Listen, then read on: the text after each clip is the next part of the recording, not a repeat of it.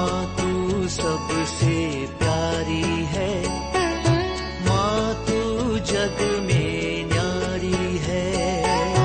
माँ तू सबसे प्यारी है, माँ तू जग में न्यारी है। अपने आंचल में रखना, अपने आंचल में रखना। हमें वरदानों से भरना। माँ तू सबसे प्यारी है, माँ तू जग में न्यारी है। माँ तू सबसे प्यारी है, माँ तू जग में न्यारी है। Mr. Rajan Samuel, a great missionary in Hindi heartland, first class with distinction.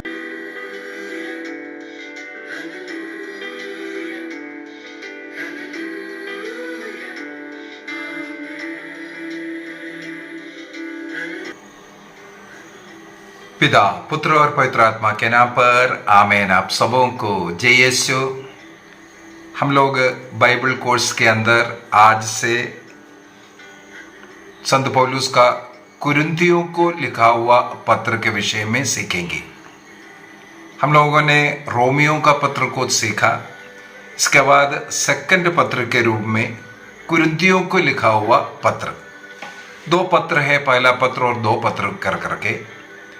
अभी रोमियो के पत्र के बाद कुरिन्थियों के नाम पत्र आने का कारण मैंने संत पौलुस का लेटर्स का इंट्रोडक्शन क्लास में बताया था।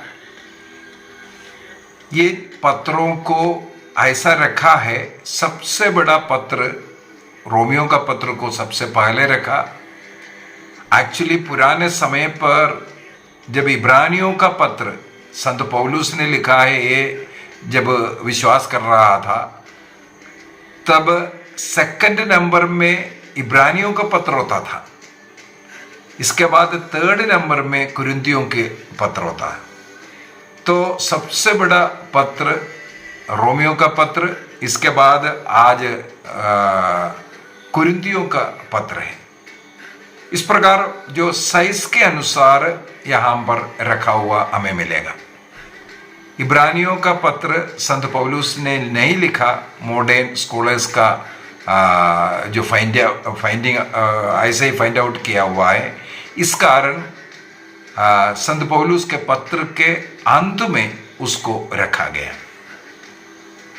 अब आज के इस क्लास के अंदर कुरिन्थियों का पत्र के विषय में, कुरिन्थ कहाँ है, कुरिन्थियों के लिए संत पौलुस ने कितने पत्र लिखा, ये 2 पत्र नहीं और ज़्यादा है, उसके विषय में, और क्यों लिखा गया, ये सब बातें आज के इस क्लास में हम लोग सीखेंगे। सबसे पहली बात, ये कुरिन्थ नगर ग्रीस जो देश है, वहाँ का एक बंदरगाह टाउन है, एक बड़ा सा बंदरगाह टाउन है। संत पौलुस अपने सेकंड मिशनरी जर्नी में, सेकंड मिशन जर्नी में कुरिन्थ में पहुंचा था। यदि हम लोग प्रेरित चरित अध्याय 18 वाक्य 1 से पढ़ करके जाएंगे, वहाँ हमें पढ़ने के लिए मिलता है। प्रेरित चरित एक्ट्स चैप्टर 18 के अंदर वाक्य 1 से आगे पढ़ेंगे। संत पौलुस कुरिन्थी में उस जगह पर 18 महीनों तक रहा था कर करके वहां पर लिखा हुआ है। तो सेकंड जर्नी के समय पर यहां पर आया था। और संत पौलुस ने कितने पत्र लिखे हमारे बाइबल के अंदर, अब पहला और दूसरा बोल करके 2 पत्र है।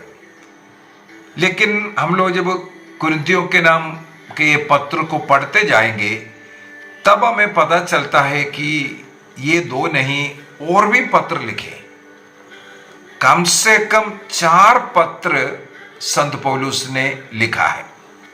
इसका सबसे पहला उदाहरण कुरिन्थियों के नाम पहला पत्र का अध्याय 5 वाक्य 1 से लेकर के 13 तक अंत तक अगर हम पढ़ते जाएंगे, वहां पर हमें पता चलता है कि संत पौलुस इससे पूर्व में भी पत्र लिखा है। कुरिन्थ के लोगों के विषय में जान करके उनके जीवनचर्या को बदलने के लिए संत पौलुस ने कोशिश किया। वे लोग जिस प्रकार का विश्वास करते आ रहे उस विश्वास गलत है, इसलिए संत पौलुस एक पहला पत्र लिखा है। विशेष रूप से 1 कुरिन्थी चैप्टर 5 वर्स 9 को, पहला कुरिन्थी अध्याय 5 वाक्य 9 में हम लोगों को पढ़ने के लिए मिलता है कि मैंने आप लोगों को अपने पत्र में लिखा कि व्यभिचारियों से मेलजोल न रखें। देखो यहां पर साफ साफ संत पौलुस कुरिन्थियों का पहला पत्र में लिखा है, मैंने आप लोगों को अपने पत्र में लिखा। इसका मतलब ये पहला कुरिन्थी लिखने के पूर्व में संत पौलुस ने कोई पत्र लिखा था। इसका मतलब ये पहला कुरिन्थी बोल करके हमारे पास अभी है, वो सेकंड पत्र है। इसी प्रकार यदि हम दूसरा कुरिन्थी पढ़े, दूसरा कुरिन्थी उसके अध्याय 2 वाक्य 1 से इसी प्रकार हम पढ़ करके जाएं, दूसरा कुरिन्थी का अध्याय 2 को, इसमें हमें पता चलता है कि संत पौलुस जो पहले से पूर्व में हम लोगों को मिला, फर्स्ट में एक पत्र लिखा, इसके बाद 1 कुरिन्थी लिखा, इसके अलावा भी कोई और पत्र लिखा है। क्योंकि उस पत्र के विषय में ऐसा लिखा है कि वाक्य 4 को पढ़ते हैं, मैंने बड़े कष्ट में हृदय की गहरी वेदना सहते हुए और आंसू बहा बहा कर वह पत्र लिखा। इसका मतलब एक और पत्र संत पौलुस ने रो रो करके लिखा था, आंसू बहा करके लिखा। उस पत्र के विषय में यहां लिखा है। आज ये जो फर्स्ट में लिखा वो वाला पत्र और ये जो आंसू भर कर करके जो पत्र लिखा वो जो पत्र है, ये दोनों पत्र आज अवेलेबल नहीं है। इसका मतलब संत पौलुस का 2 पत्र हमारे पास है। इससे पता चलता है कम से कम 4 पत्र तो संत पौलुस ने कुरिन्थियों को लिखा है। अभी हमें देखना है संत पौलुस कुरिन्थियों को ऐसा पत्र क्यों लिखा है, और संत पौलुस के इन पत्रों को पढ़कर के समझने के लिए भी उस कुरिन्थ, उस शहर के विषय में, वहां के उस कलीसिया के विषय में हमें समझने की जरूरत है। कुरिन्थ में उस समय पर घर घर में छोटे छोटे ग्रुप में प्रार्थना सभा चलता था, और दूसरी बात है वहां पर जो विश्वासी गण हैं वो ग्रीक रोमन समुदाय से था और गरीब लोग था। इसके बाद हमें पता चलता है ग्रीक ट्रेडिशन में रहने के कारण कई अंधविश्वास का कर्म करने वाले लोग थे, और रोमन ट्रेडिशन में भी है। इवन राजाओं का पूजा, राजाओं का मंदिर होता है, उसकी पूजा करना, ये सब रोमन ट्रेडिशन में भी आता है। तो उनके लिए मूर्ति पूजा एक साधारण सी बात है। इसलिए संत पौलुस के इस पहला पत्र के अंदर अनेकों जगहों पर हम लोगों को मूर्ति पूजा के विषय में लिखा हुआ, उससे दूर रहने के विषय में, और प्रभु का शरीर और अपदूतों को अर्पित, मूर्तियों को अर्पित जो भोजन, ये दोनों आप नहीं ग्रहण कर सकते, इस प्रकार मना करने वाले अनेकों घटनाएं हमें पढ़ने के लिए मिलता है। इसका मतलब वहां के वो लोग बपतिस्मा लेकर के ईसाई तो बन गया, लेकिन वो जो पुराना आदतें, मूर्ति पूजा करना, वृक्षों का पूजा करना, ये सब छोड़ा नहीं था। दूसरा, उनके मंदिरों में जो बलि अर्पित कर जो भोजन देता है उसको भी वे लोग जाकर के बेहिचक खाते थे। इसलिए हम लोगों को इसके अंदर ऐसे सवालों का जवाब भी मिल रहा है, तो ये ग्रहण करना उचित नहीं है करके। यहूदियों के लिए एक बात निश्चित है, यदि उनके बीच में आपस में कोई लड़ाई झगड़ा कुछ होता है तो वो पुरोहितों के पास जाकर के उसको निपटारा करना है, आपस में भ्रातृ प्रेम में रह करके उसको निपटारा करना है। सिविल कोर्ट जाना यहूदी नियम के अनुसार मना करता था। वो अन्य जाति के कोर्ट है, वहां मत जाओ। लेकिन यहाँ के कुरिन्थ के लोग वही पुराने आदत के अनुसार छोटे छोटे मामले में सिविल कोर्ट में जाते थे, और इनके बीच में कुछ ऐसे लोग भी घुस आए जो चाहे यरूशलेम से आ रहा हो इनको सिखाने के लिए। यहूदी क्रिश्चियन हम लोग उनको बुलाते हैं, यहूदी क्रिश्चियन, जो खतने के ऊपर ज्यादा जोर डाल रहा है और नियम का पालन करके, मतलब हमारे मेहनत के द्वारा हमें मुक्ति मिलना है, इस प्रकार सिखाने वाला। केवल इतना ही नहीं, संत पौलुस वहां 1.5 साल रहा है, लेकिन इन लोग आकर के संत पौलुस के खिलाफ इन लोगों का मन में भर दिया। संत पौलुस प्रेरित नहीं है, संत पौलुस को प्रेरित नहीं कहलाना है, क्योंकि संत पौलुस कलीसिया को सताने वाला है। और इस प्रकार अनेकों संत पौलुस के खिलाफ सिखाने वाले लोग भी वहां आए। तीसरी बात है, जो इस प्रकार के ये जो शिक्षा देने वाले लोग अन्य जो साधारण लोगों के सामने हम पढ़े लिखे, हम ज्ञानी हैं, हम पहला है, इस प्रकार का एक घमंड रखने वाला, और कुछ जैसे जो डुअलिस्टिक, मतलब 2 प्रकार का, जो हेलेनिस्टिक के विश्वास इसके साथ जुड़ करके इस प्रकार का हम लोग बोल सकते हैं 2 नावों में चलने वाले लोग। जैसे एक ऐसा ज्ञान के द्वारा हमें मुक्ति मिलेगा, बाइबल का ज्ञान होना चाहिए, बाइबल सीख लो, बाइबल का वचन बाय हार्ट कर लो, उसको नोस्टिसिज्म कहते हैं। नोस्टिसिज्म वो इस प्रकार का नोस्टिसिज्म है, मतलब ज्ञान के द्वारा, बाइबल का ज्ञान, वचन की ज्ञान ईश्वरीय ज्ञान है, इस ज्ञान के द्वारा हमें मुक्ति मिलता है। इस पर जोर डालने वाला एक ग्रुप, इस प्रकार के पढ़े लिखे, विशेषकर जो अन्य जो कमजोर, पढ़ाई ज्ञान में कमजोर है, उनके सामने ये दिखावा करता था, और कुरिन्थ के इस साधारण कलीसिया के ऊपर वे लोग दबाव भी डालता था। ये सब हम लोगों को पढ़ने के लिए मिलता है। उन लोग अपनी शिक्षा में लोगों को, तुम लोग सब तो नरक जाएगा, हम ही लोग केवल क्योंकि हम वचन को जानते हैं, वचन के अनुसार जी रहा है, हम ज्ञानी हैं, ये सब बोल करके उन लोगों को एक प्रकार का एक दबाव उनके ऊपर होता था, और हम ही लोग सब कुछ है, हमारे से ही तुम लोगों को सीखना है।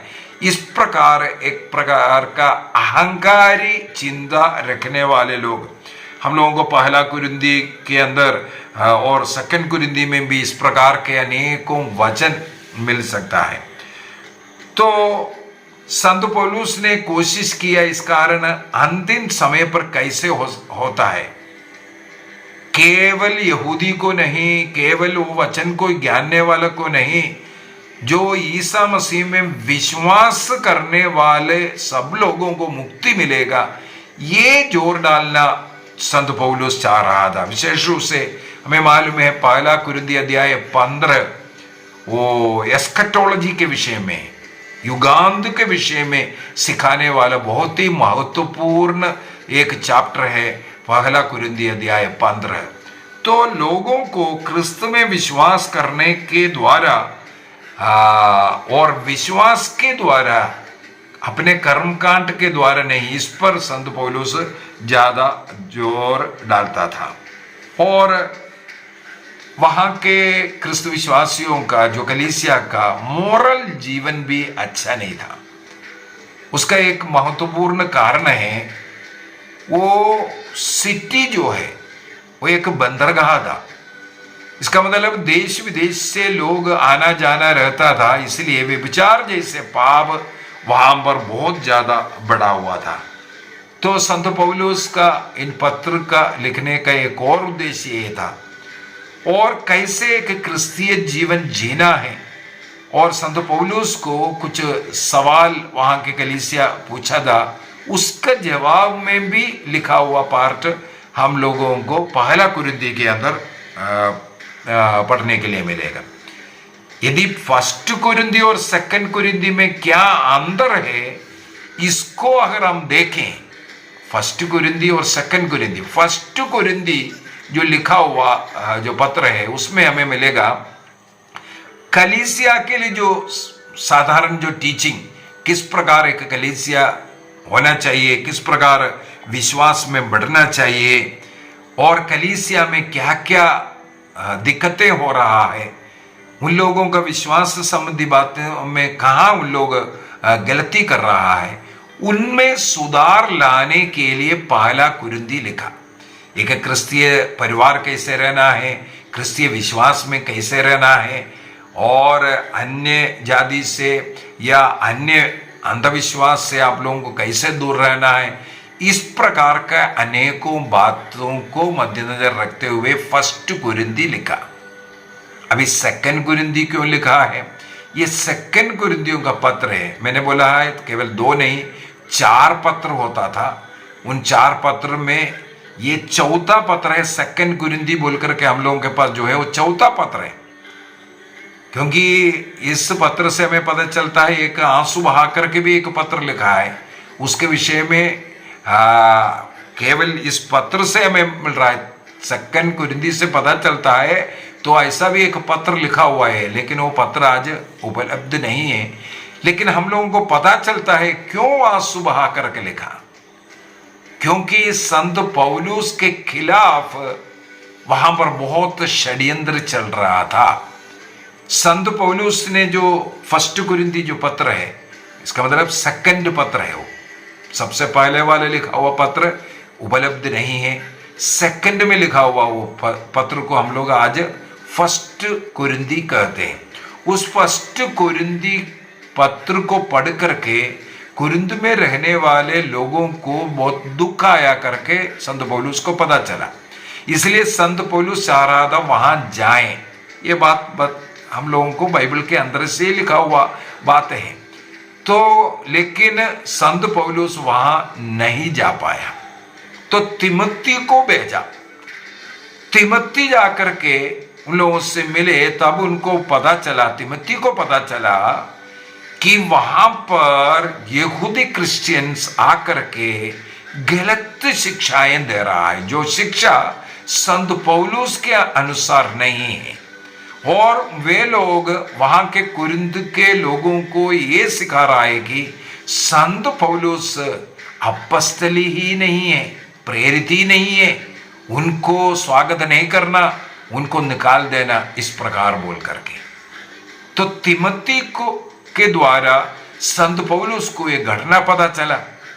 तब संत पौलुस तुरंत कुरिन्थ पहुंचते हैं, लेकिन वहां पर यहूदी क्रिश्चियन, उनका टीचर्स वहां पर कब्जा जमाया हुआ था, और संत पौलुस को वहां का कलीसिया एक्सेप्ट करने के लिए तैयार नहीं हुआ।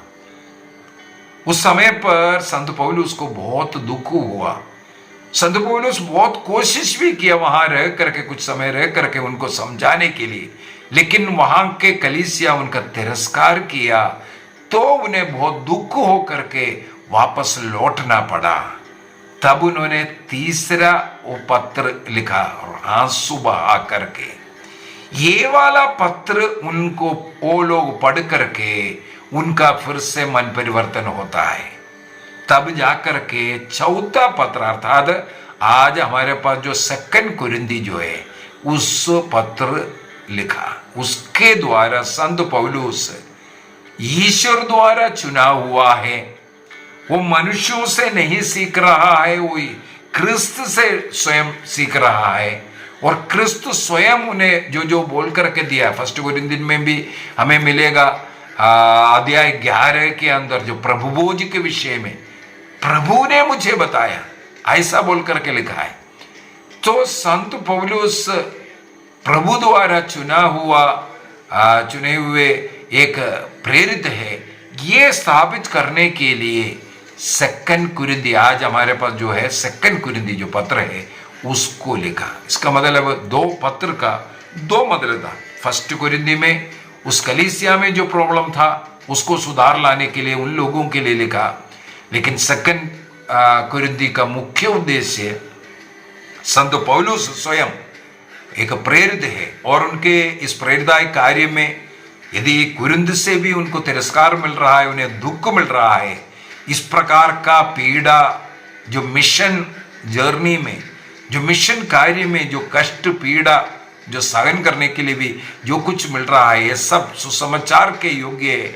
यदि वो आज जीवित है तो वो नहीं, क्रिस्त उनमें जीवित है, इस प्रकार का एक थियोलॉजी उनको सिखाता हुआ हमें मिलेगा। अब ये फर्स्ट कुरिन्थी पत्र को कब कहाँ बैठ करके लिखा? संत पौलुस 1.5 साल कुरिन्थ में रहने के बाद आगे बढ़े। वो जब एफेसुस में था, करीब AD 54-55 के समय पर, AD 54-55 के समय पर रोमियो को पत्र लिखने के पूर्व में ही लिखा। रोमियो का पत्र आखिर में जाकर के लिखा, उससे पूर्व में ये कुरिन्थ का ये जो वाला पत्र लिखा फर्स्ट, वो एफेसुस में बैठ करके लिखा करके कहते हैं। अभी दूसरा सेकंड कुरिन्थी जो पत्र है, इसके बाद 55-56 के समय पर मकदोनिया जब पहुंचा था तब वहां पर बैठ करके लिखा था। उससे पहले वो मकदोनिया जाते जाते संत तिमोथी को वो कुरिन्थ भेजते हैं। वो जब बातें सब समझ में आया तो दुख भरा पत्र को इसके बाद भेजते हैं। वो दुख भरा पत्र जब भेजा, आंसू बहा करके जो पत्र भेजा, वो आखिर में जा करके कार्य करते हैं। इसके बाद उन्होंने वो सेकंड कुरिन्थी पत्र मकदोनिया में रह करके वो मैं प्रभु का प्रेरित हूँ, प्रभु ने मुझे गैर यहूदियों के लिए चुना है, इस प्रकार का वो जो टीचिंग के द्वारा, और साथ ही साथ जो यरूशलेम के लिए मदद देने के विषय में, क्योंकि उस समय पर संत पौलुस एक बड़ा कार्य ये भी कर रहा था, यरूशलेम के कलीसिया के लिए मदद के लिए जो पैसा इकट्ठा कर रहा था, वो भी हम लोगों को सेकंड कुरिन्थी में भी पढ़ने के लिए मिलता है। तो इस प्रकार का उद्देश्य था कुरिन्थ का जो पत्र लिखने के लिए। एक और बात बोल करके आज के क्लास को मैं समाप्त करना चाहूँगा। सबसे पहले इसके अंदर जो मुख्य थियोलॉजी, चाहे फर्स्ट कुरिन्थी हो या सेकंड कुरिन्थी हो, इसके अंदर कुछ मुख्य थियोलॉजी जो संत पौलुस के पत्र से हम लोगों को सीखने के लिए जो मिलता है। इन पत्र कुरिन्थ की कलीसिया को लिखा है, लेकिन आज वो पत्र हमारे लिए उपयोगी है, क्योंकि उसके द्वारा संत पौलुस कुछ थियोलॉजी, ईश शास्त्र हमें सिखाता है। सबसे पहले एक्लेसियोलॉजी कहते हैं। एक्लेसिया माने कलीसिया। संत पौलुस के इन दोनों पत्र के द्वारा कलीसिया के साथ जुड़े रहना, क्योंकि वो कलीसिया संत पौलुस के लिए ईसा मसीह का शरीर है, और उस शरीर का शीर्ष स्वयं ईसा मसीह है। तो ईसा मसीह के शरीर से जुड़े हुए रहना, अर्थात कलीसिया से जुड़े हुए जीवन हम लोगों को जीना है। ये बात ये कुरिन्थ के कलीसिया को लिखा हुआ हमें मिलेगा। अगला सोटीरियोलॉजी कहते हैं। सोटीरियोलॉजी मतलब मुक्ति का जो थियोलॉजी है, किस प्रकार एक व्यक्ति मुक्ति प्राप्त कर सकता है। संत पौलुस इन पत्रों से साफ साफ लिख कर बताता है कि नियम के पालन के द्वारा नहीं, विश्वास के द्वारा ही हम लोगों को मुक्ति मिल सकता है। तो मुक्ति का सोटीरियोलॉजी को यहाँ पर इन पत्रों में हम लोगों को पढ़ने के लिए मिलेगा। अगला पवित्र आत्मा का यीशु शास्त्र, न्यूमोलॉजी कहते हैं। न्यूमोलॉजी पवित्र आत्मा का यीशु शास्त्र। हमें मालूम है पवित्र आत्मा के विषय में संत पौलुस के पत्रों में, सब पत्रों में मिलेगा, लेकिन विशेष रूप से पवित्र आत्मा का वरदान के विषय में, पवित्र आत्मा के कैसे पवित्र आत्मा में बढ़ना है, पवित्र आत्मा का सबसे बड़ा फल जो है प्रेम, उसी के लिए ही एक अध्याय लिख कर डालना। विशेष रूप से जो पहला कुरिन्थी अध्याय 12, 13, 14, ये 3 अध्याय पवित्र आत्मा के विषय में ही न्यूमाटोलॉजी पवित्र आत्मा का यीशु शास्त्र, न्यूमाटोलॉजी में हमें लोगों को पढ़ने के लिए मिलेगा।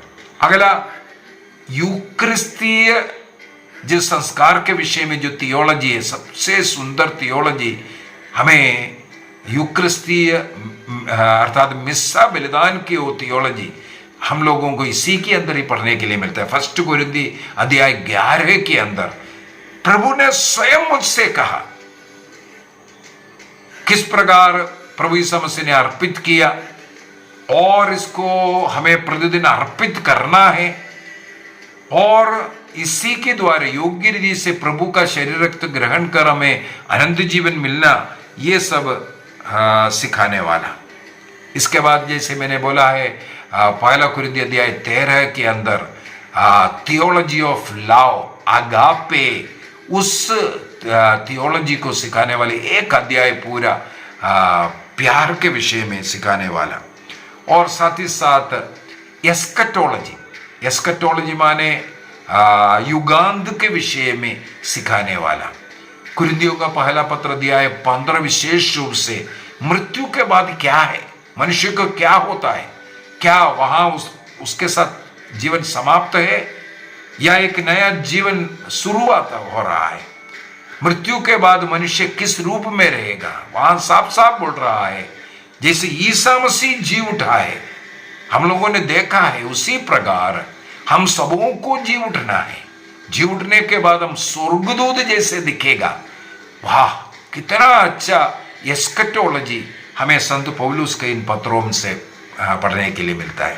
तो फर्स्ट कुरिन्थी और सेकंड कुरिन्थी, इन 2 पत्र का लिखने का लक्ष्य क्या है, कहाँ लिखा, कब लिखा, ये सब, और इसके अंदर का मुख्य थियोलॉजी क्या है, ये सब आज के इस क्लास में हम लोगों ने देखा।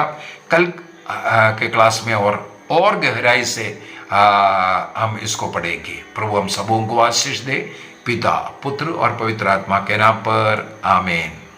जय यीशु।